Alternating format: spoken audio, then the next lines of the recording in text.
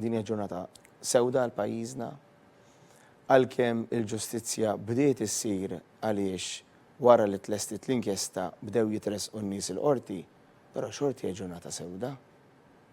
Xorta hija ġurnata li nippreferi illi ma ħanix ngħixu, xorta jien nippreferi li dawn in-nies ma serqunix. Kien dan li qal il-kap tal-Partit Nazzjonalista Bernard Gregg f'intervista li saret minn Rodri Kajus waqt programm speċjali fuq Net Television b'rabta mal-aħħar żviluppi dwar l-inkjesta Fighters. Bernard Gregg qal li l-Partit Nazzjonalista jikkundanna kull forma ta' intimidazzjoni. Kellek in-nies imħeġġa ikunu fil-pjazza biex il-qrati tagħna iħossuhom intimidati.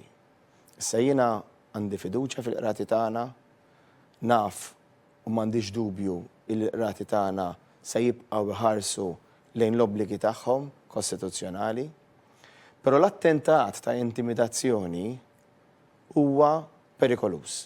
Il-kap tal-Partit Nazzjonalista qal li din l-intimidazzjoni tasal wara li diversi persuni ħeġġew lin-nies biex jinżlu fit-toroq. Jafu illi jista' jinqala l-inkwiet, però għax iridu akkosta kollox illi jagħtu protezzjoni l Joseph Muscat u jintimidaw il-qrati, jinstigaw lin-nies imorru hemmhekk. The end għalihom daw justifies the means. Bernard Gregg kompla li jekk verament nixtiequ naraw pajjiż aħjar, jeħtieġ li jkun il-poplu Malti Wawċi li jagħmel għażla differenti. L-ebda politiku waħdu kont ngħid u għadni ngħid sal-lum ma se jsolvi l-problemi li għandu dal-pajjiż b'xi bakketta maġika. Huwa il-poplu li jrid isolvihom dawn il-problemi. Huwa int li ma tistax tibqa' tafda lil dawn il-ħallelin.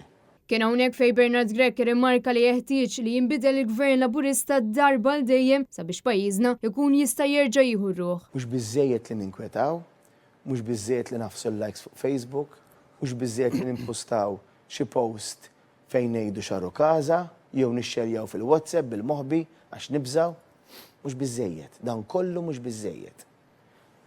Hemm biss dak li int tista' tagħmel ġewwa l-Kamra tal-Vot u x'tista' tagħmel sal-elezzjoni li jmiss biex tikkonvinċi lin-nies jagħmlu din l-għażla ħalli iva nibdew flimkien insalvaw lil pajjiżna. Kristin Mamo għal Net News.